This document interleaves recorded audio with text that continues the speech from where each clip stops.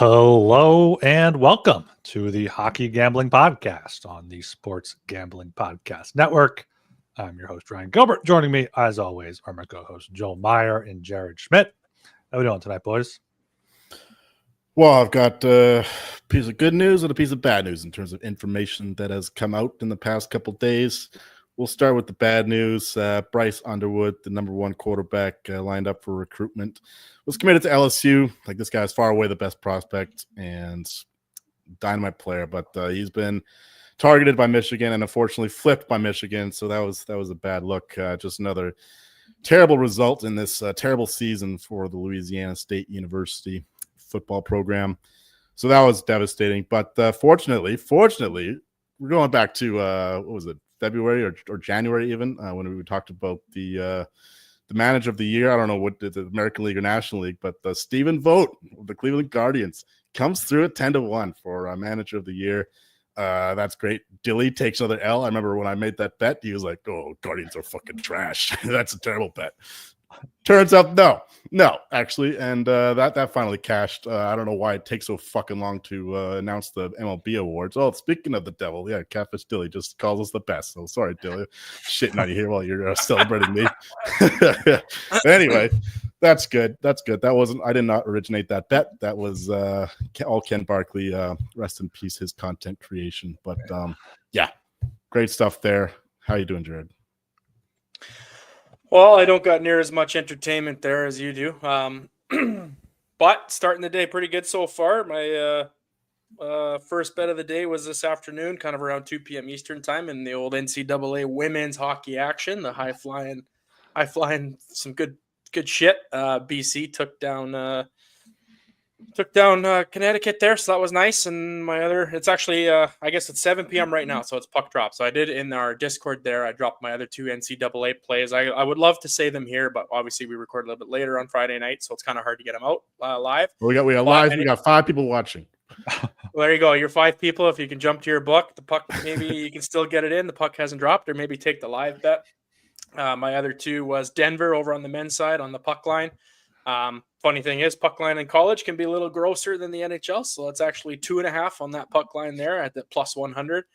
They're playing Arizona State, which they are fucking completely different hockey club, so I don't think that one should be too bad. And then my other one is going to be an absolute barn burner between Colorado College and St. Cloud State. I took the under 5.5. That's just going to be a goalie game. I'm actually pretty excited to watch that one. That one probably could end 2-1, so hopefully that does stay under. Yeah, NHL got Jets on the regulation. Don't know why they were plus money against the fucking Pittsburgh Penguins. So far, so good there. 3-0 still. Yeah, 3-0 early in the third there. I'm on the Jets as well, which is a much needed, hopeful win there after all of us sucked on our puck bets Thursday night. Thursday night went not our way exactly. So yeah, I tailored those college hockey plays. Hopefully they can come through for us as well ahead of this big 15 game slate on Saturdays. We're gonna get right into that, but of course, make sure you are subscribed to the Hockey Gambling Podcast on YouTube, primarily Spotify and Apple as well.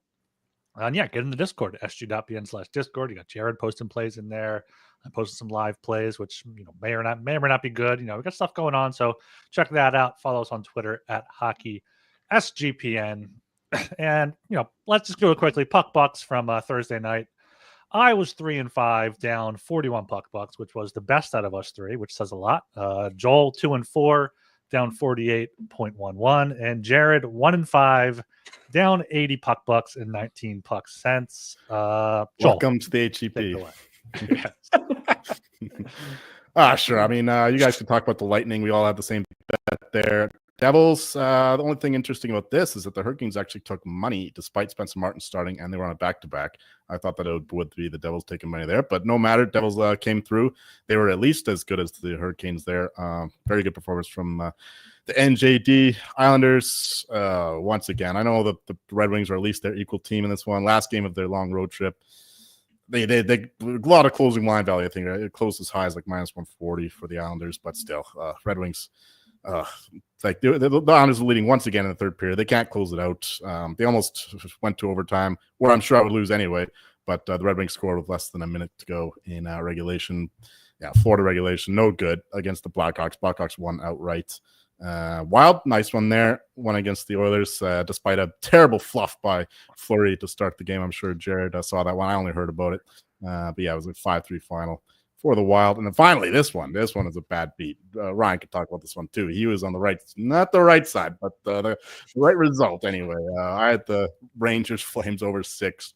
The Flames had almost 6 expected goals on their own, but Shesterkin was unreal in this one. Like, it was 30-9 shots, like early in the second period. Flames were all over this one. And yeah, it was 2-2 end of the second period, 3-2 final. Couldn't get an empty goal for the push even. So this was a bad beat. But yeah, got to do better than this. Yeah, I don't got to echo too much.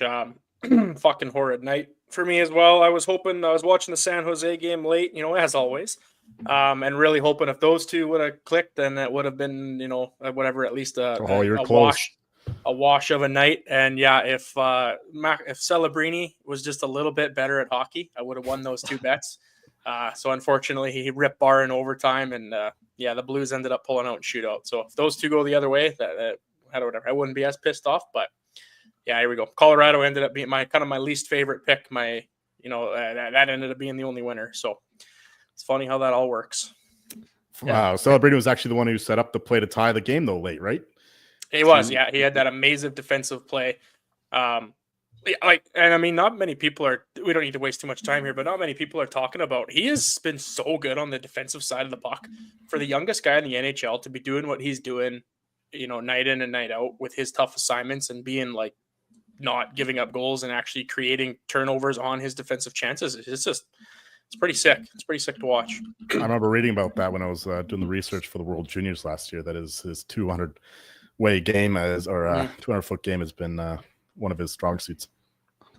Yes, I saw a tweet today. Puck battle wins per game. Celebrini 4.9 to lead the league ahead of Tavares, Couturier, O'Reilly, Trocheck, Hischier, Kopitar. So yeah, I think he's leading all winger, like first in the NHL for all wingers in puck battles, and then he's like second or third once you include centerman or something like that. Or is it all in the NHL? I'm seeing centers included here. The tweet from Justin Bourne this morning. So yeah, he's got 7-1 for Calder still. I mean, that's definitely some value there. Definitely some value there. And yeah, for me, the Lightning I had puck line at the very least, so I wasn't laying juice, but the DraftKings stepped up parlay. The Lightning was my only bet that lost. I would have had a nice hit there, but they couldn't hold a lead against Blue Jackets back and forth game. What else here? Devils won. Yeah, Senators screwed me again, getting a bunch of closing line value, and they still lose that one. Yeah, that's really all I got to say about my picks there. But we'll see what we got here for Saturday. We have the 15-game slate. Let's just get right into it here. Kick things off here at the 1 p.m. time slot. We have the Chicago Blackhawks plus 130 at the Philadelphia Flyers minus 155. Over 6 plus 102. Under 6 minus 122 here. Flyers opened around minus 160.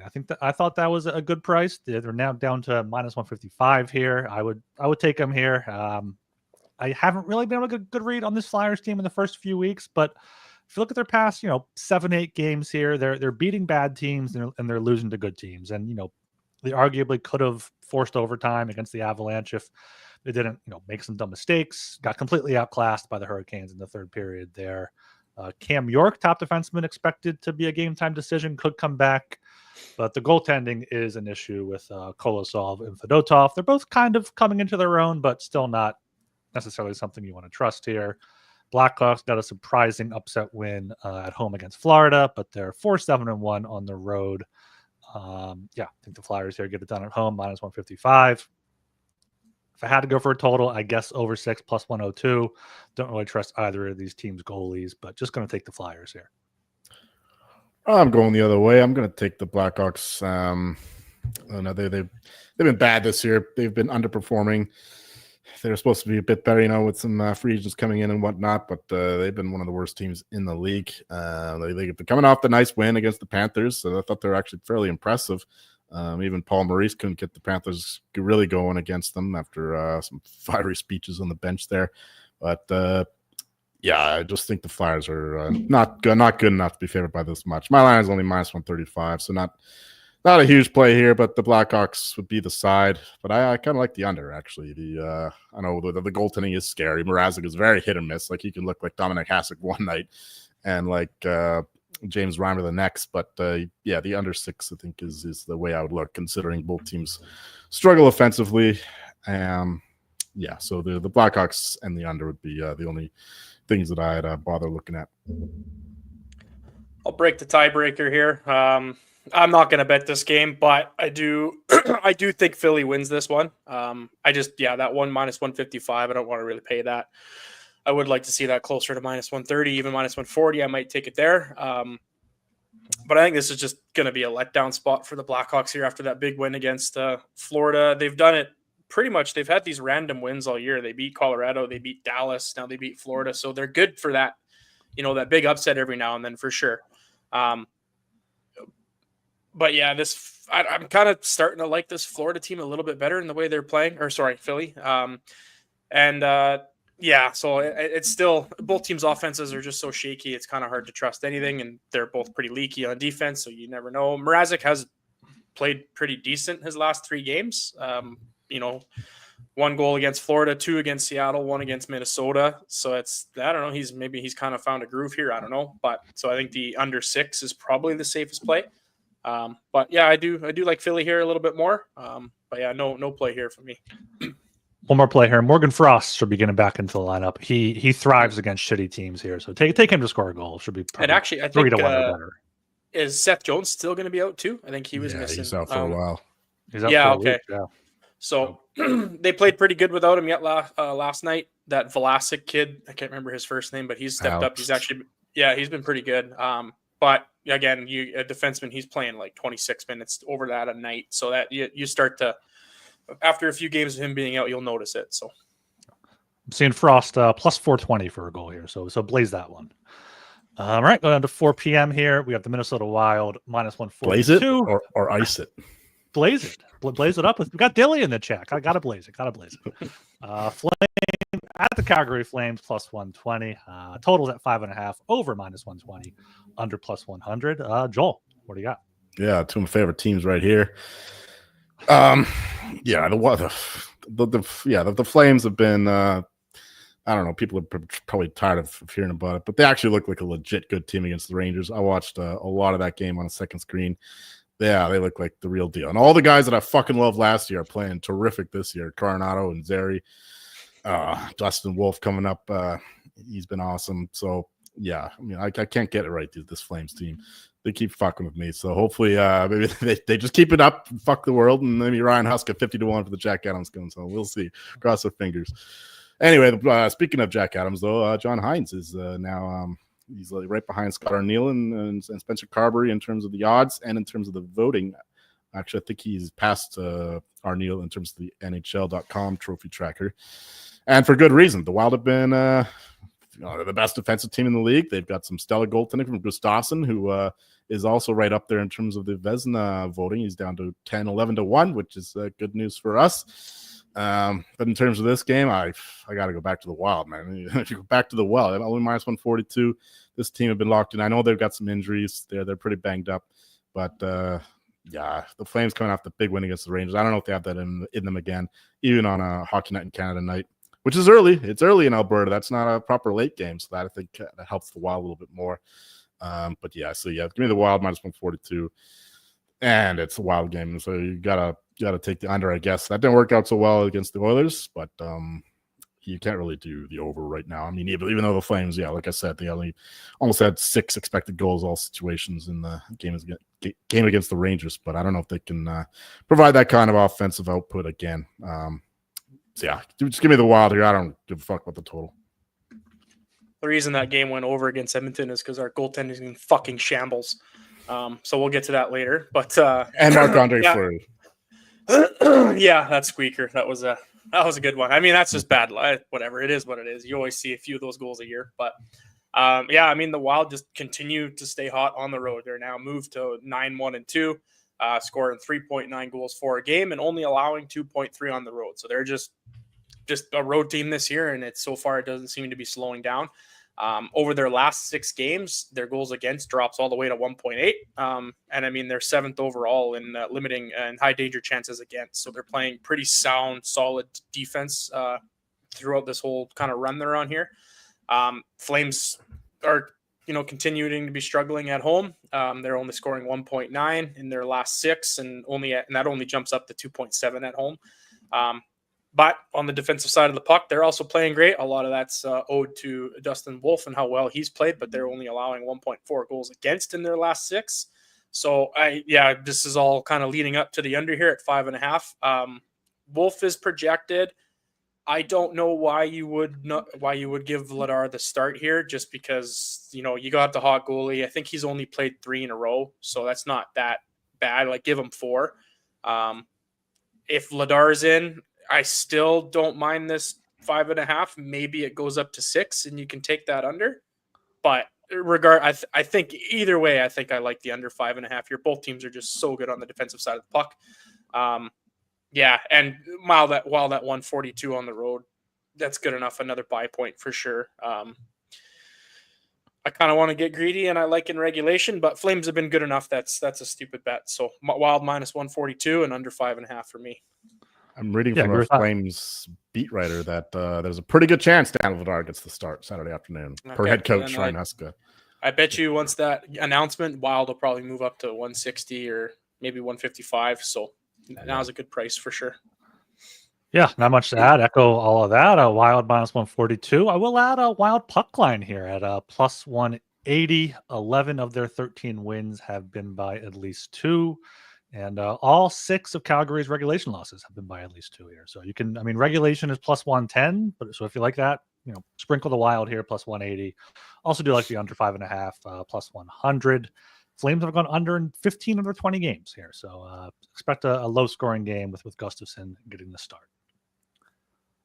All right, we are brought to you by MyBookie. SGPN started out with MyBookie, and now we are back. Check out the new and improved website, great on mobile, plus props for every game and the live dealer casino, even new early cash out options. Head to mybookie.ag, promo code SGPN for a 100% deposit match up to $100, plus a $10 casino chip.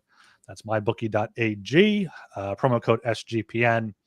And we're brought to you by Rebet. Rebet is a brand new social sports book available in 45 states. A huge market of betting opportunities are available on Rebet. Easy to use, and it's great for people in states where traditional sports books may be restricted. Download Rebet in the App Store and use the promo code SGPN for a 100% deposit match up to $100. That's Rebet, promo code SGPN.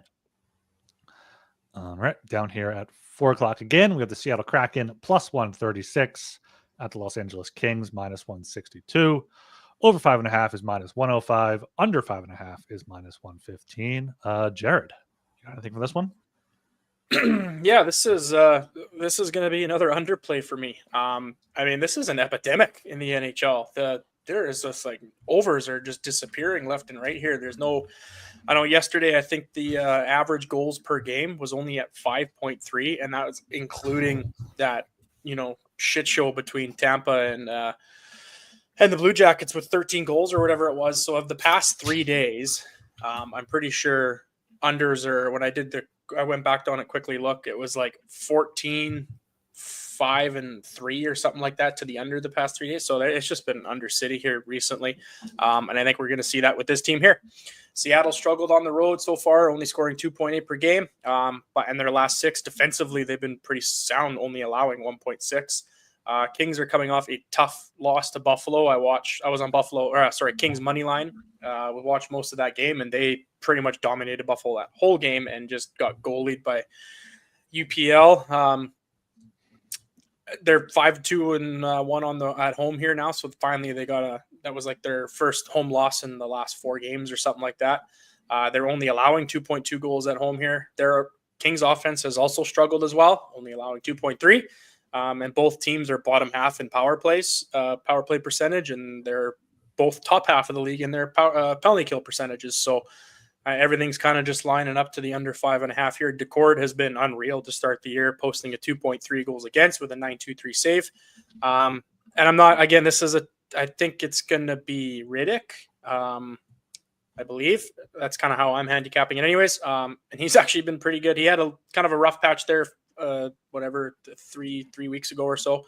But in the last 5 games, he's posted a 1.2 goals against. So if Riddick can hold up his end of the bargain, Decord will. Both these teams struggle to score. I don't like that price on the Kings. I think this is more of a coin flip, so you might got some value on the Kraken.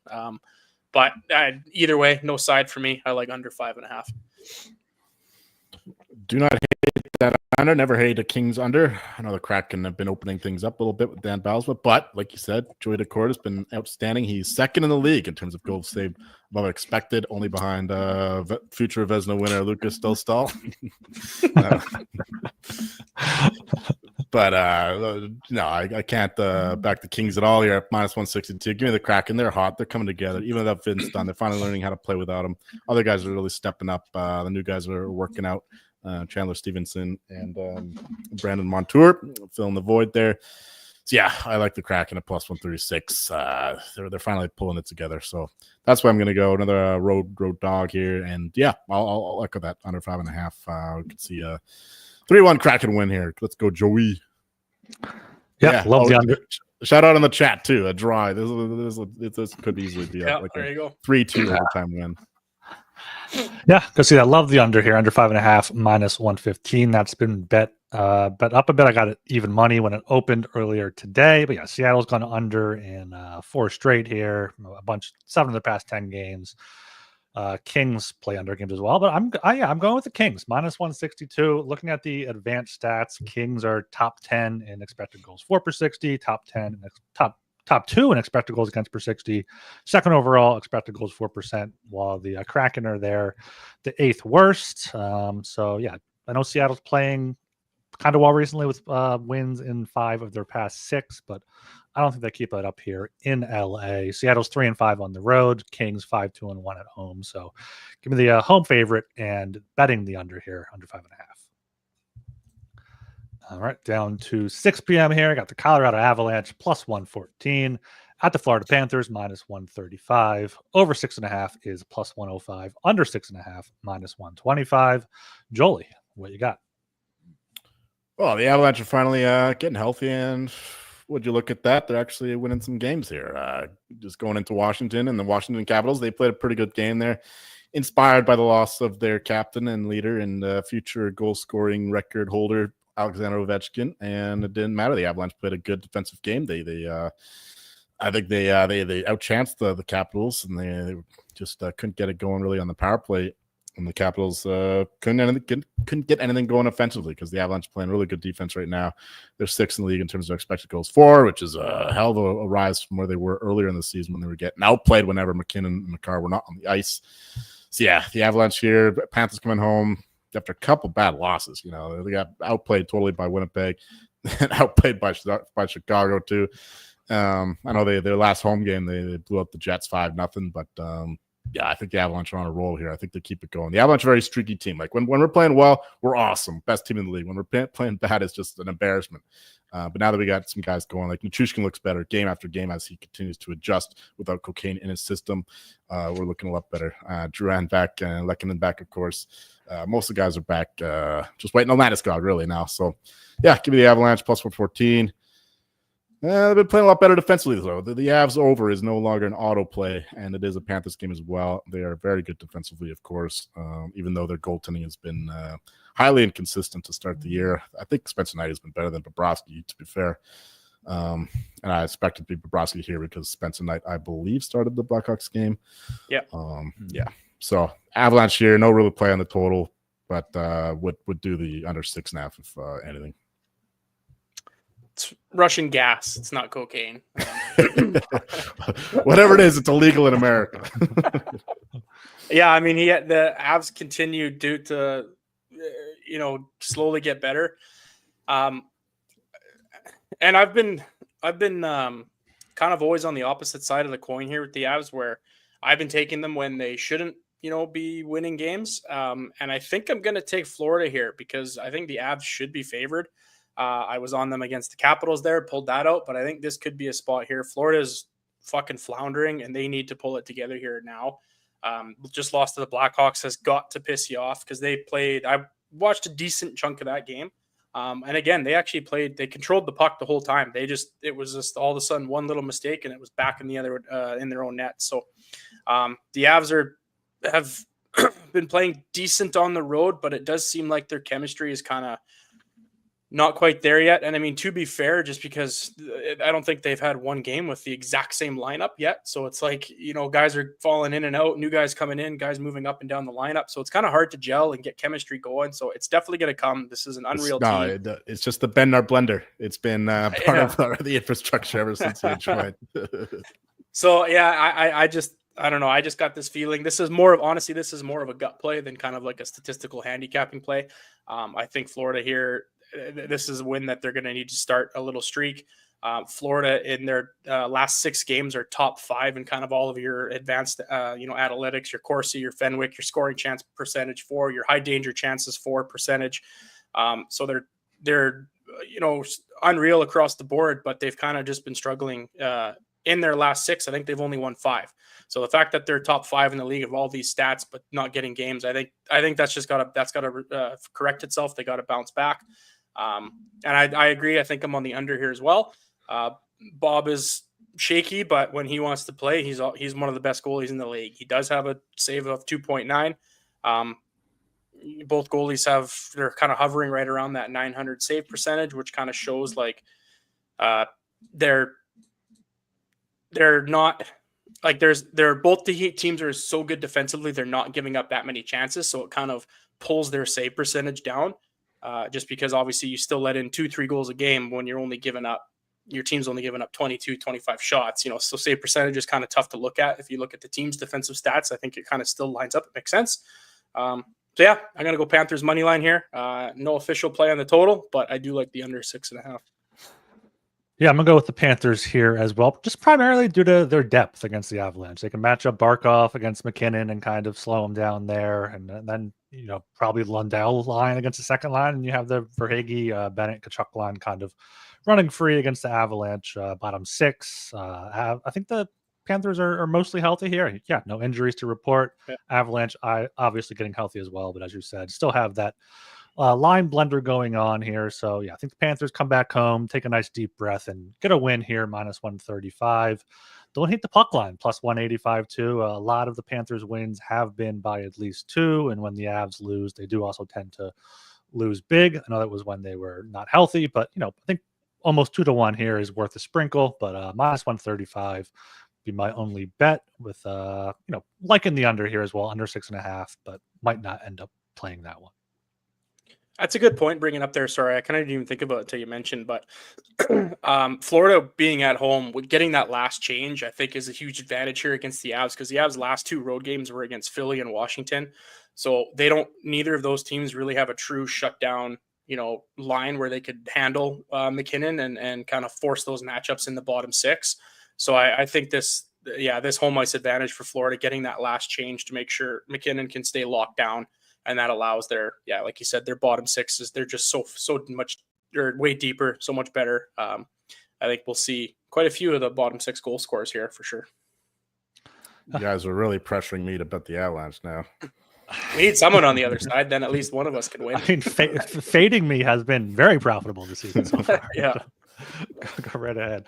All right, we are brought to you by Underdog. The Underdog Pick'em has one of the biggest menus for all sports. Football, basketball, MMA, NASCAR, NHL, and more.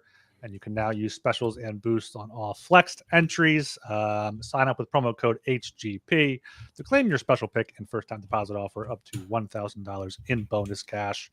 UnderdogFantasy.com, promo code HGP.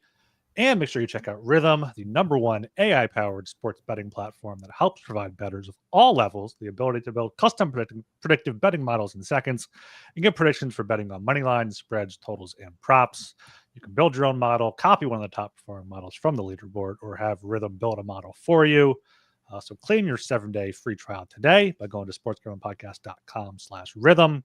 That's sportsgamblingpodcast.com/RITHMM.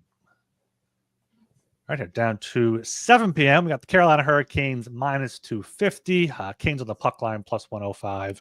At the Columbus Blue Jackets +205. Over 6.5 -105. Under 6.5 -115 here. I kind of want to take the Blue Jackets here +205. Might wait to see what happens with the goalies. See if this gets to a better price here. But I know for the Blue Jackets, Merzlikins has been pretty good as of late.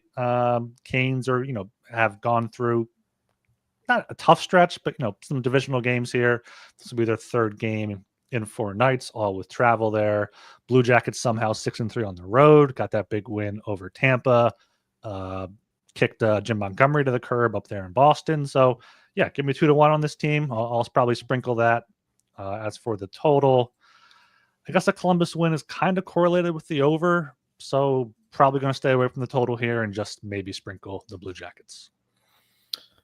Sadly, I can't argue with any of that. I mean, the Blue Jackets are hot right now. We saw them have a hot start to the year. Then they had a terrible stretch, losing 7 of 8, 6 of 7 before that Boston win. Now beating Tampa 2 in that crazy, was it 13, 15 goal game? 13, right? 6 or 7-6. Mm-hmm. Now they're at home against the Hurricanes. Another giant to kill. You talk about the OSU being the giant. Well, they're hockey neighbors. The Columbus Blue Jackets are the Purdue, apparently, of the NHL. So, yeah, I can't argue with that. But the problem is that you might get a better number tomorrow. We talk about the Hurricanes always attracting money in the market. The analytics guys love their underlying numbers, and they typically track the money. So maybe wait a bit. But that said, the Blue Jackets are not even bad in terms of the underlying numbers. They are 14th in terms of expected goals for percentage, 5-on-5. So, the Blue Jackets have been one of the surprise teams in the league. They just haven't gotten a lot of the results lately. But, yeah, +205, this number is just too big. I think maybe wait. I don't think it'll get that much worse, if anything. So, yeah, either way, like 2-1 or better. The Blue Jackets are nothing here. And the total, though, like after that 13-goal game, you have to think that goals dry up a little bit. That's typically what happens after a high-scoring game. We could talk about that when we talk about the Lightning game later on. But, in this case as well, the under 6.5 here with Kochetkov in net instead of Spencer Martin for the Hurricanes. And the Blue Jackets goaltending is relevant. They all suck, but the under 6.5, I think, would be the only way I'd look. But, yeah, I think the only way I'd bet this game would be the Blue Jackets side. Well, I'm going to jump on the other side of the fence there, guys. Excuse me, sorry. Yeah, I mean, Canes just dropped that one to the Devils there. Devils look great in that game. It was back and forth for pretty much the first 2 periods, and then the Devils kind of pulled away there in the third. But the Canes are still just an unbelievable road team on the road. Looking at their splits on the road, kind of in my charts, I look at, Carolina, like teams overall, their home and away type split, whatever game they're playing, and then their last 6 split. And pretty much in all 3 of those, everything across the board is just coming up as ones as far as rankings kind of compared to the rest of the league. They're just way too good. And the Jackets' offensive explosions, while they have kind of looked good here and there, they've come against weaker teams. So they did it against the Pens. They did it on Tampa against the road with Johannes, their backup in there. And Tampa's, they're an over team on the road to begin with. And then obviously the firing in Boston game. And you look at that and you're kind of like, well, Tampa and Boston are good teams. But like I said, Tampa with their backup they're not a good team, especially on the road. And Boston has not been good enough to start this year. So I'm over the conversations of people thinking that they're good, better than they are. I'm sure they'll turn it around. But from this point previously, they have not been good. And the Canes, after coming off a loss so far this year, they are 4-0 with a +10 goal differential, covering the puck line on 3 of 4 of those games. And 3 of those 4 games did come on the road. So this is a team where and they did not get embarrassed. It was a good hockey game, but Brendan Moore and the way he coaches, that next practice was probably one of the harder ones they've had all year. He's kicking these guys in the ass, saying that's one of our Eastern Conference rivals that we're going to need to potentially get through in the playoffs. That's a huge piss off. You got the Jackets coming up here. I think it's a letdown spot here. I don't know. I'm going Canes puck line plus 105 again. Plus money on the Canes is still good enough for me. They've still covered in like 90% of their wins. So I'm okay to get burned by the Jackets here because Canes are just way too good. You got Jackets coming off a big, high emotional win against Tampa. Canes coming off a tough loss. I think this is a great spot for Carolina. I only just learned who Jackson Blake was. I saw that he got some folks in the Calder Trophy tracker, and I was watching. Oh, he plays for the Hurricanes. Okay, that explains it. Yeah. I while you were talking there, good points, Jared. And you kind of talked me out of the Blue Jackets there, but the Blue Jackets underlying numbers, they have the 6th or 8th best expected goals for percentage up there with, better than the Panthers, right behind the Stars there. So surprised to see that from Columbus early on. Right down to without Johnny Gaudreau and without Boone Jenner, without Boronkov for most of the time. It's pretty impressive, yeah. We were calling for them to have the worst record, which I bet. And we look foolish there. Although nothing new for us. Yeah, I'm gonna kind of go out on the limb and say, I'm a big expected stats guy as well, so don't get me wrong. But against certain teams, one of which the Canes, I think expected stats are, what are you all of a sudden expected just to play way better against the best team in the NHL? Fuck off. So I don't know. I'd love Canes here. I really do. I like it. All right. Wow. Yeah, that was my argument last year for a lot of the Hurricanes stuff. A lot of the Hurricanes love. They're top of the mark and all that. And like when the playoffs come, all that shit goes out the window. Yep. Same with the Jets. Look out. Yeah. All right, down to 7 p.m. again here. Dallas Stars minus 115 at the Tampa Bay Lightning minus 105. Over 6 is minus 122. Under 6 is plus 102. Joel, everything here.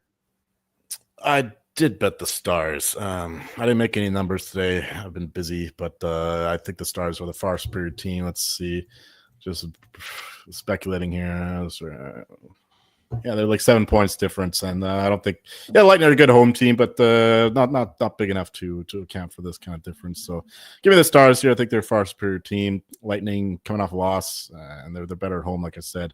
And got Vasilevsky in net, of course, but I think the Stars' depth is just far superior, and that'll be the advantage here. Lightning are top heavy. Their power play is lethal, of course, but it hasn't been as good this year as it was last year. But we said that from the start of the year. Like their 30% was unsustainable year over year. So yeah, the Stars here would be the side for me. Still have them as the top 3 team in the league. And the under 6, I mentioned it earlier about that 13-goal game. John Cooper is going to be a little bit more emphatic in terms of defensive responsibilities after allowing 7 goals, even with the backup in net. So the under 6, even in a Stars Lightning game with all this defensive firepower, we still have good goalies in Jake Ottinger and Andre Vasilevsky. So Stars and Lightning. Give me a 3-2 Stars win. Actually, no. 6 makes it tough. You can find a juicy under 6.5. That would make a 4-2. I think that's the likeliest total we see here because Lightning, because they often pull the goalie early, right? So you often get that you get cucked if you bet the plus 1.5 with the Lightning here. But either way, Stars in the under. Yeah, I agree with pretty much everything there. Especially that under. We see it all the time after teams give up a high number of goals. They crack down defensively. You can't let that continue or bleed into almost like a habit type kind of thing. So, and Tampa's the number 1 team at home at goals against, with only allowing 1.4 in their last 6 games. Tampa has also only allowed 2.2, and that includes giving up 7 against the Jackets. So you got to think that number is going to be south of 2 without that game. And Dallas has also been, obviously everybody knows the juggernaut defensively. Well, they've only been giving up 2.3 in the last 6 games. Both goalies here, Otter and Vasi, are rested. I think Otter's on 3 days rest. Vasi's going to have 2. So there's no reason this isn't going to stay under 6. Both these goalies are hovering around a 2.2 goals against with a 920 save. And Dallas is inside the top 10 in the league in kind of all of these statistical categories that we keep talking about. So yeah, the side's a little tough. I do think Dallas is the play here, but the under 6 is my favorite. So if you want to, like you said, sometimes your book can let you. If you want to take that under 6.5 juicy and parlay it with somebody's point total under, or maybe like a a first period under 1.5, that could be a good play too. Nothing to argue with there. I like the Stars here, -115. I'm on them. There is an under 6.5, -118 right now on Canby Book. So Bet Rivers, Bet Parks, Unibet, if you have any of those, I just put that in if you're not limited too much there. So yeah, like the under here. Like you said, John Cooper going to have his team kind of clamped down. Also going to have Vasi back in net, which always helps. One thing, those Stars 4-4 on the road, but 3 of those losses were in Washington, in Florida, and in Winnipeg. So 3 of the best teams early on so far. 12-6 overall. Tampa's 10-8. So yeah, -115 here for the Stars is my best bet. And that loss to Florida was in Finland, so not even really a. And if you are limited to county books and you're in Canada, Pinnacle is under 6.5, -117. Ooh, even better. Wow. All right, now going down to 7 o'clock again. We have the Vegas Golden Knights -162 at the Montreal Canadiens +136, under 6.5 -122, over 6.5 is at +102. Jared, what do you got for this one? I don't know for this one. Has Montreal found something here? Maybe they've won 3 out of their last 4. They've finally been able to kind of somewhat score here, averaging just over 3 goals in the last 6. And their goals against kind of has slowly come down here over the past 6 as well. So I don't know. Vegas is just such a good team, but they've kind of struggled on the road. They did have a pretty good game against the Sens, but I honestly think that was a lack of effort from the Sens. And, they played, I think it was the Sens played worse than the Golden Knights played good. Vegas is bottom 10 in the league at goals against on the road. And in their last 6, they jump all the way up to second worst at goals against at 4.1. So kind of weird splits there, that they should be, a lot worse than what they're doing right now. I don't really think Montreal is a team where you're going to see those expected stats regress, kind of like the opposite side of the take I had against Carolina there. But I don't know. Montembeault's clearly found something here. He's kind of on a bit of a streak. He's put 4 really good games together in a row here. Sorry. That includes 2 shutouts, one of which against the Oilers. And I don't know. Vegas got into Montreal earlier today after leaving Ottawa.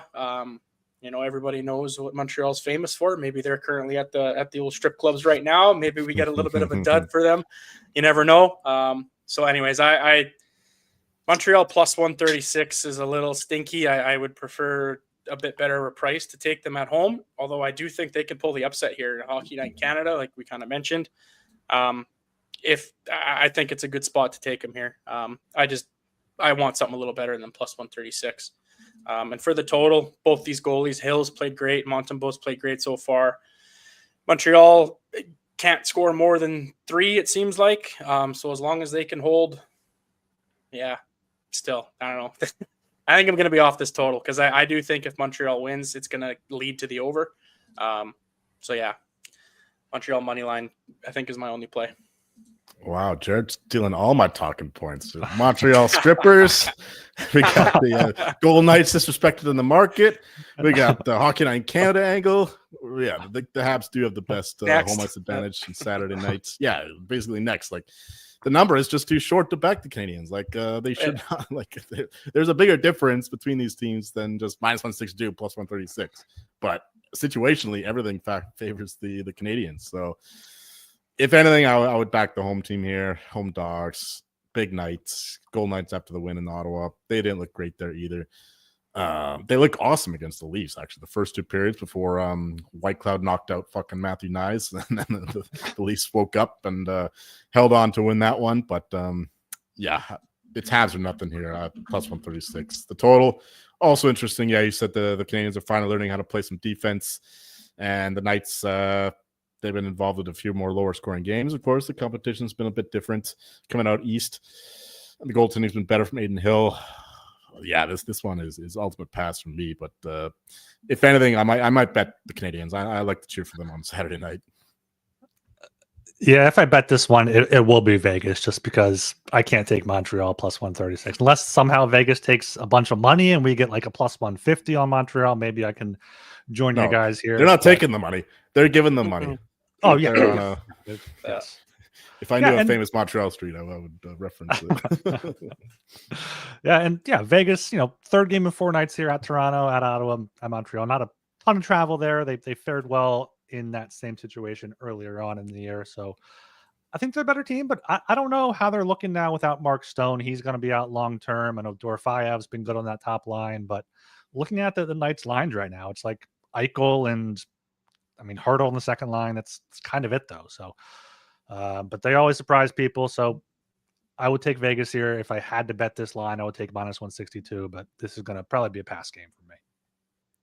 I haven't given out any props yet, but this is one where I'd be looking at Montembeau's saves. Don't know what it's going to open, probably maybe around 29.5. And I'll be taking that over. Vegas has been fucking ripping the puck lately. In the last 6 games, they're first in the league, averaging over 40 shots a game. And honestly, in their away split and overall, they're averaging 33. So it hasn't been that big of a spike. Montreal hasn't been great at limiting shots at home. They're allowing, third worst, at 32 shots against. So I could see Vegas getting 35 plus shots here. So if that Montembeau saves props anywhere hovering around 28, 29, I'd be taking that over. And pretty much anyone on Vegas for shot props. The Canadiens are number 1 worst in the league for allowing defensemen to shoot the puck. So Theodore running that power play, he's a good luck. He's usually always at 2.5 at plus money. Dorofeyev, I think, has cashed in like 6 of last 7. So yeah, if you're looking for props, I think this will be a good game to go fishing. Yeah, speaking of props, DraftKings brought back the line stacks at much juice prices there, and it was a good thing because there's a bunch of under games on Thursday night, so it kind of saved us from ourselves there on the line stacks. All right, down to 7 p.m. again. Got the Vancouver Canucks +114 at the Ottawa Senators -135. Totals at 6. Both are over and under around -110. Joel, take it away. Naturally, you wonder why the Canucks here are underdogs against the Senators, who have been playing some miserable hockey lately. But of course, that's because JT Miller and Brock Besser are still out, and we're still relying on a backup goal, even though a very competent one in Kevin Lankinen. And the Canucks have been very middling of late, especially at home. But they have only lost 1 road game so far. And I do expect them to start this road trip out on a high after being forced out of town. It's good to get out today. I said this when they went on the California road trip, that it's good to get away from the pressure cooker. Like when you're in these big markets like Toronto, Edmonton, Vancouver, it's good to get away from the heat of the media and all the fan pressure. Going down to Ottawa, they could play loose. Elias Pettersson's playing a lot better than he was the first 10, 15 games of the season. And he can now assume more of the responsibilities with JT Miller out. Give me the Canucks here +114. We also have Connor Garland. This guy's a legend. I don't know if we still have the new dad bounce because his wife was in labor while he was basically playing, and he scored a goal. So I don't know if he already used it up, but I think we still got some baby legs left. So he could be helping carrying this team here in Ottawa. I think the Canucks are just the better team here. So getting them at +114 against the Senators. I know earlier in the season they had some great home splits, but lately they've been pretty pitiful. So maybe they're desperate and they come up with a good performance, but I think the Canucks are equally desperate here. So desperation is not an angle. It's a wash. Just give me the better team here with the Canucks +114. Total is kind of interesting. I don't know. I can't get a read on the Sens, whether they're an over team or they're an under team. I think generally speaking, they're more of an under team, but their goaltending has been so shit that they turn into an over team because they do have one of the better defensive environments under Travis Green, but Allmark in particular has been absolutely brutal. The total is not for me, but I do like the Canucks here to come away with the win. Yeah, I think the Canucks at +114 is good. This is, to be honest, this is a 50-50. This is a coin flip game. Take the plus money. This is the only true Canadian battle on Hockey Night in Canada. So whenever you get that, there's usually always some ruckus that happens in this game. So just because of that, I kind of do like the over here. Vancouver 6-1 on the road, albeit they haven't really played the best teams on the road. They kind of had that Pacific Division road trip there where they've played, Anaheim, San Jose, and go on. But they did play games against LA, Florida, and Tampa. So those are tough road teams. Or tough Florida teams though, road, sorry. Florida though, asterisk without Barkov or Tkachuk. Yeah, so it is what it is there, but we're talking desperation. Both these teams are super desperate. And when you get that, that kind of leads to defensive lapses and trying to do too much, trying to create too much offense can kind of leave you susceptible on the D side of the puck. So I kind of still do like the over. Vancouver is scoring 3.5 goals for on the road, but in their last 6, that's kind of started to dip. But they did have just a crazy big homestand there. I'm pretty sure they played 6 home games in a row. So obviously all those last 6 games were home stats and not away stats. So, and we talked about the goalies here. Allmark, he still needs to find his footing. He's not what he was in Boston. And Lankinen's been good, but he's kind of been stumbling recently. His last 2 games haven't been great. So, like you mentioned, getting away from Vancouver media, I think is going to be great. Great for them. Miller still being out isn't good, especially on the road, because he's that just workhorse centerman you need on the road when you're not getting these last changes. When you're, like the Sens have the advantage of putting out who they want, not having Miller out there for them to be using up their top line to have their defensive assignments on him kind of allows them to maybe shut down that Pettersson line. So I'd be looking to some depth scoring here in this game. Kiefer Sherwood, even Dakota Joshua. I think some of these greasy guys are going to bang a puck in the net here in this game. So, I'll take Vancouver money line and I'll take the over 6. It's an interesting schedule. We got the number of the beast. We got 6 home games, 6 away games, and then back to 6 home games. I love the Canucks here, plus 114, just the better team. Like Jared said, coin flip here, so taking them plus 114. Been good on the road. Also been good against Ottawa in the past 2 seasons. Going back to November 8th, 2022. Got a 6-4 win, a 5-2 win, a 5-2 win, and a 6-3 win. So all by at least 2 goals. All have gone over. You can get Canucks team total over 3.5 at plus 165, over 4.5 plus 360. Probably just going to play the 3.5. Allmark has not been good in that recently, allowing 3 to Vegas, 5 to Edmonton, and 5 to the Flyers there. So, love the Canucks here at plus money. 165. That's pretty interesting. All right, going down here to 7 p.m. with the Boston Bruins minus 135 at the Detroit Red Wings plus 114. Under 6 minus 122. Over 6 is plus 102 here. 2 just teams that you're not sure what exactly to make of them. Boston did get the big win on Thursday night with Korpisalo starting, which I thought was kind of interesting. Having 2 days off with Swayman after giving up 5 to Columbus. Went to Korpisalo, got to 22, save shutout. I have to imagine it will be Swayman here tonight or Saturday night. Cam Talbot is confirmed for Detroit, but I don't trust Detroit at all here. So give me the Bruins minus 135. Just think they should be the much better team, should be getting some of that dead coach bounce situation type stuff there. And they're mostly healthy now. Hampus Lindholm has been out for a little bit here, but I think Boston gets back at it. Minus 135 is a good price. And then I would go with the under 6 at minus 122. Just 2 good goalies. Swayman better than his numbers. Talbot worse than his numbers, but I see like a 3-2 Boston win here. No arguments at all, of course. I'm not going to be back in the Red Wings anytime soon, and neither is the market. They've been faded every freaking game for all the whole season, and for good reason.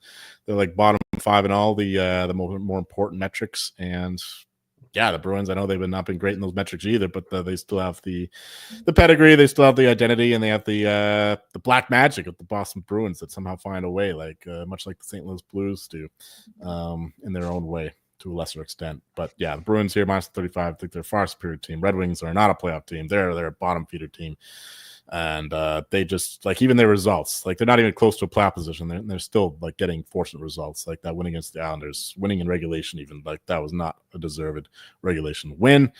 Even getting a point against San Jose the other night was totally fluky. They should have been beaten in regulation against the San Jose Sharks. Give me a fucking break. Red Wings can fuck off. Bruins minus 135. Love that. Under 6 as well. Very good. Yeah, we don't need to beat a dead horse here. You just can't take Red Wings ever. Although I don't even really like Boston at minus 135. I would like to see a little bit better of a price to take them because they still haven't really shown. Congrats, you beat Seattle fucking 1-0. So maybe that does get the monkey off the back and they kind of get rolling here. But both these teams don't really have an identity yet. Red Wings probably won't get one. Offense, defense continues to struggle for both teams, both sides of the puck. both teams having goalie issues. Swayman will figure it out. Obviously, he is an extreme talent. We've seen what he can do. He will get back to form. It's kind of just a matter of when. Korpisalo's look good here. I don't know. Do you give Korpisalo the start here again to kind of maybe give Swayman that mental break or something he needs just to get going? Because Korpisalo's played great. He can probably hold off the Red Wings here. So I don't know. It's obviously not for me to decide, but yeah, I'm just completely off this game. Won't be betting it, but Boston does win here. I just can't see how the Red Wings could pull this out. Two things. Beat writer says that Swayman likely gets the start. Second thing is, what is the Yzer plan if not an identity? Well, Yzer's got to be careful here because this is going to be the third coach fired that he's hired. It's his last one. This is kind of like people are going to start pointing the finger at him now. The Yzer plan is no longer a plan, and it's gone up in flames. So yeah, it's no good there. No good. All right, down to 7 p.m. again here. The New Jersey Devils -135 at the Washington Capitals +114. Over 6 -115. Under 6 -105. Jared, got anything for this one? I think the Caps are in trouble.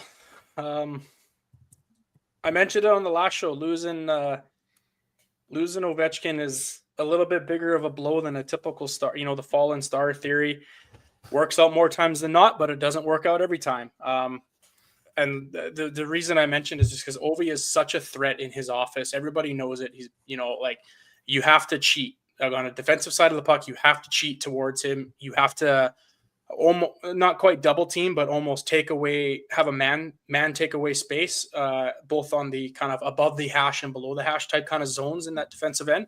And when you do that, it opens up these other guys that you only need that extra half a second to a second that these, professional athletes need to score. So his secondary guys, like outside of him, you got McMichael, which he's been hot. Don't get me wrong. He's been a great player, but he's still a young kid. You can't expect him to do that night in and night out like Ovi has. And then you got PLD, you got Strome, and Mangiapane. Like, sorry, I just can't see those guys offensively pulling the weight that can change in the lineup. So I Devils here again, like they've just been, for the past year and a bit, I've considered the Devils as kind of one of these scam teams that they're frauds. They're not as good as what their record shows. They blow the classic beating up on good teams, losing to bad teams. But they haven't shown that this year. They've been beating the top teams in the leagues, in the Floridas and the Canes like they played. So I think, again, this is a good spot, -135. I don't think the market's adjusted to the Capitals here quite enough. Yeah, I don't know. I might be crazy, but I think Devils money line here is pretty much a solid play for me here.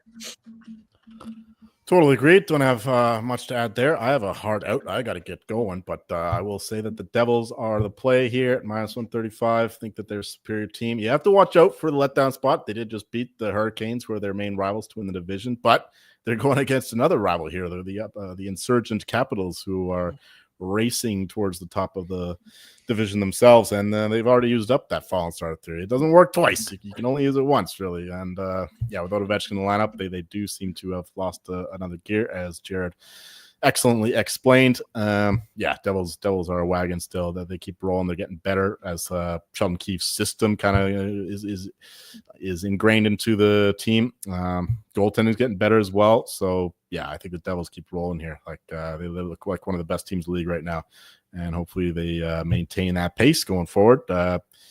The total is also pretty interesting. Devils, they're defensively getting better. The goaltending's getting better, like I said. And the Capitals, without Ovechkin, lost their top goal scorer, of course. So the under 6, I think, would be the way to play the total. But my favorite is definitely the Devils money line. And that said, I'm Joel Martin. You can find me going to a Dark 80s show with we're going to watch some The Cure, The Smiths, some DJs with a friend. So cheers, boys. Nice. Have a good time. Yeah, have a good weekend, bud. All right. Nothing much for me to add there on the Devils. Love the Devils. You explained that perfectly with the Ovi going down. I'm actually might take the Devils here on the puck line at +190. All 12 of their regulation wins have been by at least 2 goals, and I could see them, They beat Florida in Florida twice by 4-1 and 6-2. Just beat Carolina 4-2. So give me the Devils here on the money line -135, and then the puck line +190 as well. Right down to 7 p.m. again here. We have the Utah Yotes at the Pittsburgh Penguins. Both teams are here at a pick'em. Total is at 6.5. Both the over and the under are at a pick'em here. Got 2 7-win teams. Utah's 7-9-3. Pittsburgh 7-11-4. Neither of these teams can score too much. They've gone under in most of their recent games. Tristan Jarry's looked decent recently. This is a back-to-back for the Pens. I did forget about that. They lost. Jarry's playing right now. Yeah, they lost 4-1 to those Winnipeg Jets at home. Now they host the Utah Hockey Club here. I probably won't be touching this game. I have a lot of bets on the other 14 games on this slate, but if I had to, I would take Utah here. -110. You can find them -104. Just don't trust the Penguins here whatsoever. Yeah, this is a big stay away game for me. We've been shitting on the Pens all year for how bad they've been doing, but fucking Utah's right there with them. The records there, the statistically speaking, looking at the kind of the advanced stats and the traditional stats, what have you, they are pretty much neck and neck on everything. So they're both equally shit. It's really hard to kind of put your money on a game like that when it's just 2 bad teams in a coin flip. But so yeah, and both goalies have kind of Vejmelka's played great, but I think Ingram's getting a start here. We're going to see Jesus Christ. Yeah, have a sip of beer. Penguins backups in because Jarry's in tonight. And they've both been bad. Ingram's had 3.6 goals against. Ingram's injured, so I'm not sure who Utah's backup is right now. God. Okay. Well, maybe Vejmelka will get the start then. But he's played let me confirm. I want to say Jackson Stauber is the backup here. Jackson with a Jackson. So what a name there. That's a very Utah name, I guess. Has he played an NHL game yet? He played 6 games for the Blackhawks last season. 5-1, 911 save percentage. 930 save percentage in 7 AHL games this year for the Roadrunners there. Well, I don't know. He's going to play soon. He's either going to play tomorrow or because Utah's on a back-to-back here. Mm-hmm. Oh, my God. That's fucking shit. They're in Pittsburgh tomorrow, and then they go up to Toronto to play the next day. So I'm going to be nuking Toronto against Utah on Sunday. But yeah, so here it's tough. So if I had to guess, maybe since the Pens are so bad, they'll give that kid the start and save Vejmelka for Toronto to maybe give him a half-fighting chance. But yeah, anyways, it's just, I don't know. This game just ain't it for me. So no play. There's plenty of other games on here at the 7 o'clock time slot. So yeah, feel free to not take this one. 7 o'clock here again. We got the Winnipeg Jets +105 at the Nashville Predators -125. Total is at 6, under -120, over at +100 here. Jared got the Jets as dogs here again. What do you think? Against the Nashville Predators, again, this is another team where I'm so sick of hearing they'll figure it out. They're way too good. It's gonna come. They're the market just doesn't get that they're not good. They're not. They're watching these games is frustrating because they have. Well, I mean, yeah. Anyways, the GM bringing in this old talent. So Stammer, future Hall of Famer, for sure. He's an unreal player, but he's on the back 9 of his career. He's done so good in Tampa because look who he was playing with. He had guys like Kucherov and Hedman and Sergachev and others who were able to, and Braden Point, and able to set him up and create those offensive threats. Give him and Marchessault too in Winnipeg playing with Jack Eichel, in Vegas playing with Eichel. Now these two guys don't have that, and they're expected to lug that weight. Playing with Ryan O'Reilly, where Nashville's almost kind of expecting him to be like that type of player to win all these faceoffs, win his defensive battles, win the puck battles in the corner, feed these guys the puck to shoot. So I don't know. It's just not coming. The chemistry's not there. I'm officially off this team. I think they're going to miss the playoffs. I don't think they've dug themselves too big of a hole. They're not going to turn it around. Winnipeg Jets just played the Pittsburgh Penguins tonight. They're on a back-to-back, but I don't even really think half those guys broke a sweat. That was not a hockey game, so I don't know if that back-to-back really plays here. They're still going to be half-ass fresh. So plus money on the Jets. you can take it blindly all year long and you're going to walk away with money in your pocket. So Jets money line here. And yeah, I'm going to take the under. Comrie's going to be in net, but again, he's been more than serviceable. Honestly, plugging in Hellebuck and Comrie into my line it only changes my line by 1.5%. So not a big difference there. Yeah, Saros has been good. He's got a 2.5 goals against, 916 save. So I think he'll be able to limit the Jets to probably 3. Maybe the empty netter will get it to a 4. But I don't think the Jets. I could be looking at Pred's team total under 2 here. Might be under 2.5. Might be a play. So, yeah, love the Jets here. Plus 105. That's, I think, the best price on the market right now. They're already minus 105, minus 108 elsewhere here.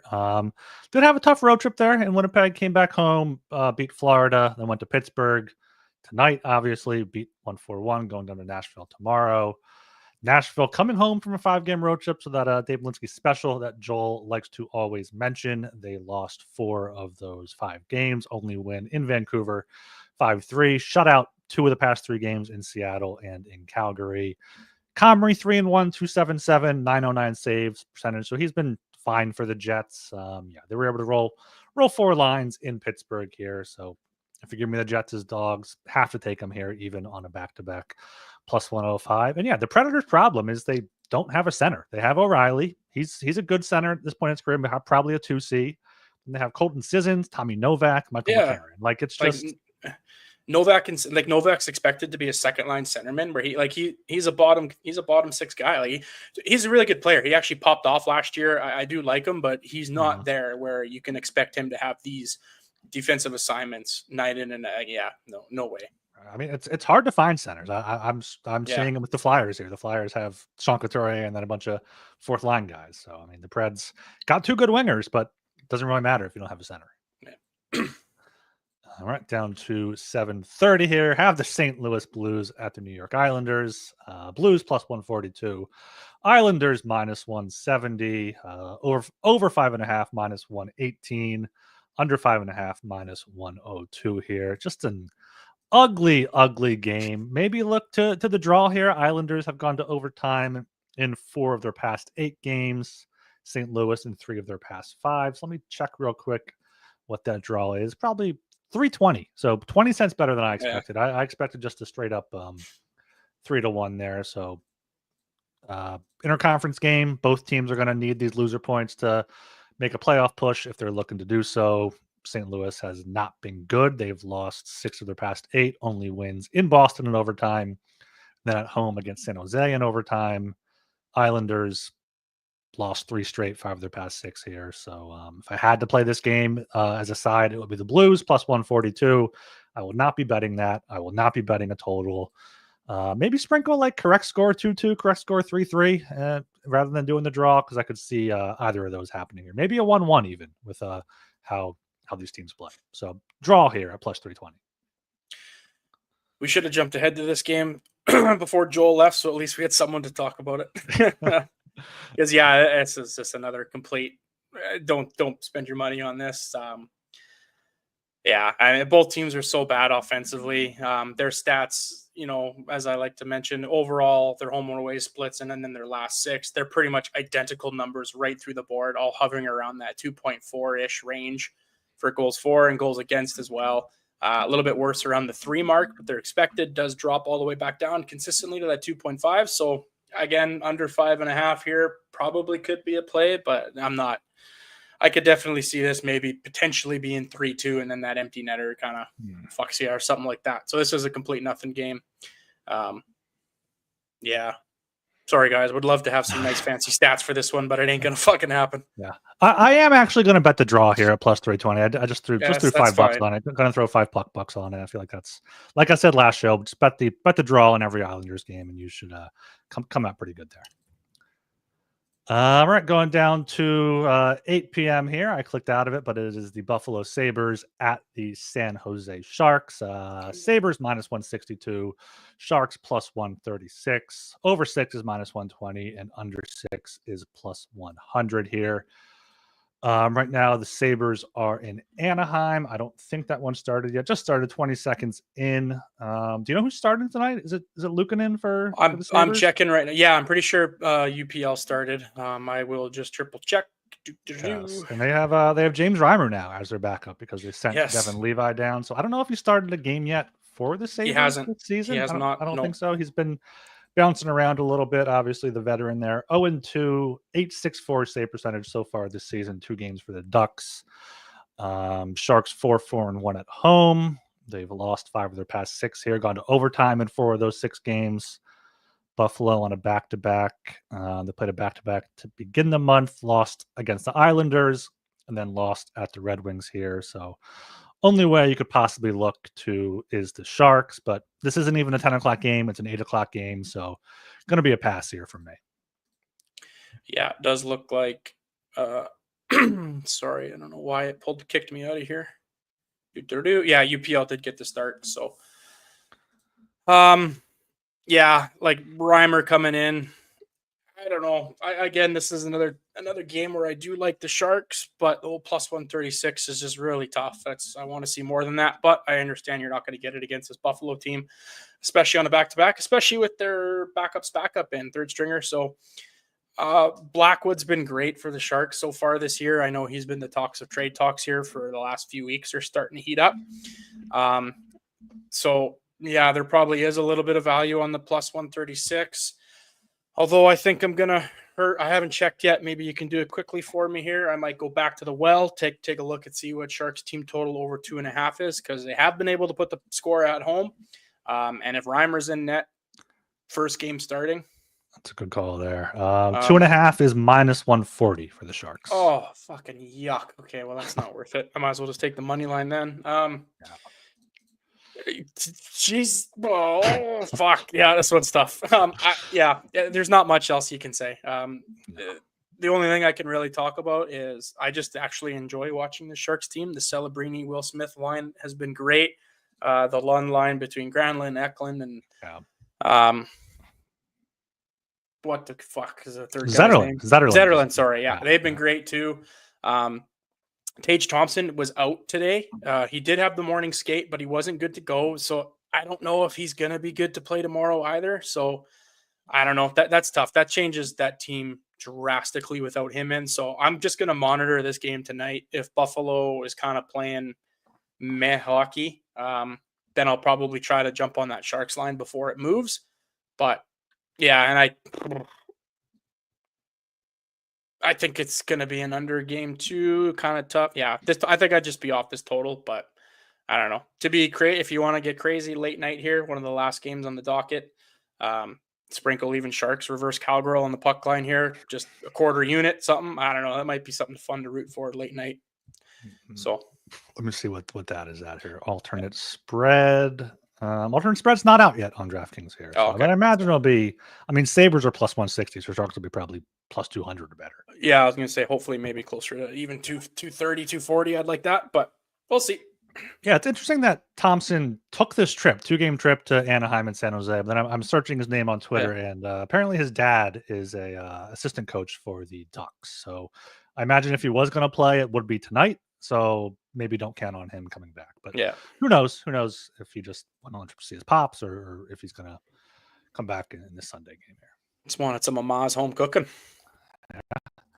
All right. Final game of the docket, 10 p.m. Got the New York Rangers plus 110 at the Edmonton Oilers minus 130. Over 6.5 minus 105. Under 6.5 minus 115. Jared, close it out. How much time you got? We're an hour and 15 minutes in. If they're still listening right now, they're gonna keep listening. This Oilers team's frustrating. I'll get into them in a bit here, but the Rangers have been great at home. They just on the road. They just dropped that game to Calgary there, but that was they were playing almost like that was one of their game 7s. That was unreal by them. So, but the Rangers are second overall on the road with 4.1 goals for. And they are first overall on the road with 1.7 goals against. Hugely, obviously, to their goaltenders. We talk about them all the time, Shesterkin and especially Quick. Shesterkin again, he's not playing up to his standards, but he's still playing well enough to, show these kind of stats for the Rangers here. And the Oilers they are leaking oil, and that pun is intended. They can't score at home. They're 2.2 goals for. One of their goals there against the Wild was a fucking flip miss by Fleury. Like, it's not even a real goal. And one of their other Corey Perry wraparound, which was just a horrible play by the defender. Corey Perry should never be scoring a wraparound at this age. So yeah, it's been frustrating to watch. They're also one of the worst teams at 3.4 goals against at home. They are dead last in shooting percentage at home, which is crazy, just with McDavid and Draisaitl and Nuge and yeah. So their expected goals against on the road jumps this is the Rangers, sorry. It does jump all the way up to 3.9, which would be 31st in the league. But they've been kind of hovering around that number this whole time. So I don't really know when that's going to regress or what. And maybe that number is going to be like that because the team is maybe hasn't played great defensively, but their goalies are kind of bailing them out. So that's why that expected goal stat is higher like that, because their goalies are just keeping the actual, firm stats low. And Skinner he needs a reset. There are 32 teams in the NHL, which means there are 32 starting goaltenders, which also means everyone has a backup. So there are 64 goalies, plus or minus a few third stringers with injuries here and there, totally in the NHL. Stuart Skinner, he is 53rd overall in the league in goals against average. He is 55th in the league overall in save percentage. He is 61st in the league overall at high danger save percentage. And he is 58th in the league overall at high danger goals saved above expected. So if you want to be a Stanley Cup contending team, the common denominator in all of these things is your goalies have to be able to steal you a game every now and then. The team can play like shit. Offense dries up.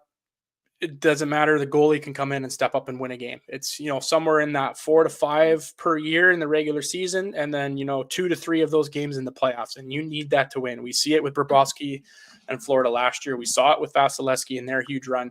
Even with frickin' Kemper there in the Avs that year, they won it. So it's just a must. So, and the fact that all those stats, he averages 56th overall on average in the NHL statistically, and there are only 64 goalies. That means he is in the bottom 10 of backups in the league.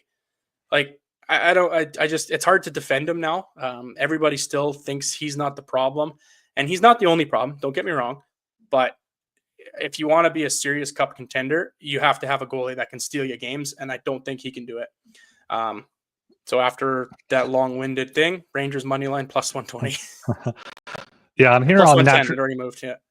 Oh wow, I'm here on Natural Stat Trick. There have been 76 goalies to play in the NHL this season.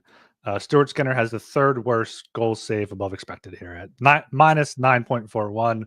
Only Caden Primo and Connor Ingram have been worse there. So Jeremy Swayman down there at the 5th worst, which is surprising there. Oh, that's actually quite surprising. Yeah. Yeah, and Zach Hyman, I'm seeing, is out now for at least 4 to 7 days. He was placed on IR retroactively. Darnell Nurse came out talking about Ryan Reeves. He looks like he's a possibility to return, but I have to imagine they'll play it safe with him. Rangers have not lost back-to-back games this season, which may not hold as much weight when I tell you that those games were against Detroit, Anaheim, Ottawa, Detroit again, and San Jose. Last game of road trip here, Rangers 2-1 so far, win in Seattle and Vancouver, lost in Calgary, just got blitzed there. Shesterkin kept them in it here. Yeah, I'm probably not going to bet this one. If I had to, I would take the Rangers plus 110, not playing a total just because, Edmonton could put up 4, Edmonton could allow 4, they could score none. It's a complete toss up here in the total, but I like the Rangers here more than the Oilers. Yeah. Getting plus money against the team that's struggling as much as they are it's pretty good.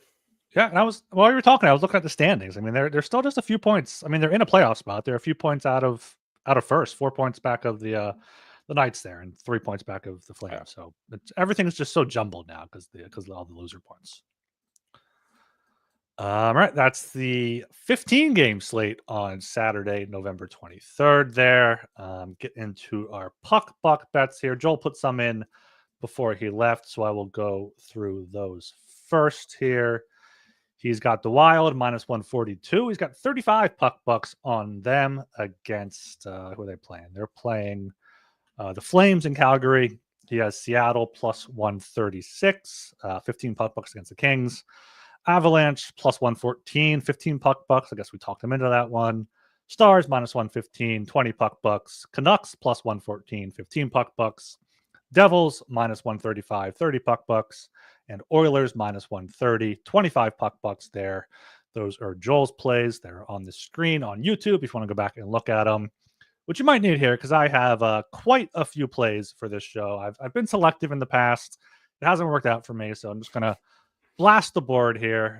Flyers minus all of these. No, Flyers minus 155, 31 puck bucks. Wild minus 142, 20 puck bucks. Wild puck line plus 180 for 10 puck bucks. Kraken Kings under 5.5 minus 115, 23 puck bucks. Panthers minus 135, 20 puck bucks. Panthers puck line plus 185, 10 puck bucks. Blue Jackets plus 205, 10 puck bucks. That price should get better. Stars minus 115, 23 puck bucks. Canucks plus 114, 20 puck bucks. Canucks team total over 3.5 plus 165 for 10 puck bucks. Boston minus 135, 27. Boston, Detroit under 6 minus 122, 24.4. Devils minus 135 for 20. Devils puck line plus 190 for 10. Winnipeg plus 105 for 20. And then Blues Islanders draw plus 320 for 5 puck bucks there. All right, Jared. What do you got? Shit, that was a lot of plays.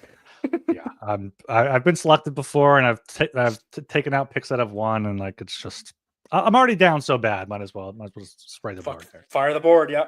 Yeah. I will take Kane's puck line plus 105, I believe it was, for 20 puck bucks. I'll take Seattle LA under 5.5 for 20 puck bucks minus 115. Right. I'll also check if you don't mind checking the draw for me at that game. I think it was plus 300, plus 320 maybe. Yeah, I'll check that after we go. Yeah, whatever that draw is, I'll take it for. Yeah. I'll just take it for 5 puck bucks. Devils money line at minus 135 for 20 puck bucks. Jets money line at plus 105 for 20 puck bucks. Dallas Tampa under 6 plus 100 for 20 puck bucks. It's 100 puck bucks. All right. And to finish it out, I'll go Canucks money line plus 114, 20 puck bucks. And Canucks team total over 3.5, 15 puck bucks. All right, that draw is plus 310 there. So getting 10 cents better than we thought there for that one. All right, I'm not going to read all those because it's a lot, and I have a lot myself, but you can check out the YouTube video around 1 hour and 22 minutes in. They're all up there on the screen, or just go back and re-listen. Make sure you are subscribed to the Hockey Gambling Podcast on YouTube, Apple, Spotify, and leave us a 5-star rating and review. Jared, anything else before we close it out? No, although I'm going to have to sweat out my college bets here. They're Arizona is on upset watch against Denver right now. That is very unexpected. So that puck line is going to be dead because I don't think Denver, they might still win. So if you can bet them live, that might be worth it there. And there was an offensive outburst in the St. Cloud State Colorado game. So currently 3-1. We are only allowed one more goal in that game to keep that under. So second period's almost over. Hopefully they can shut her down. But man, those are two things I did not see happening tonight. But that is gambling. Yes, sir. Ducks currently up 1-0 on the Sabres about halfway through the first period. Sabres outchancing them 7-4, outshooting them 7-3, and shot attempts are 15-6 at 5-on-5. So I'm going to Sabres here, plus 115 or so on the money line. Might be worth a live look if you are watching live. All right, I am Ryan Gilbert. You can follow me on Twitter at rgilbertsop. Jared Schmidt, you can find me on Twitter at PlayThePuck. See ya.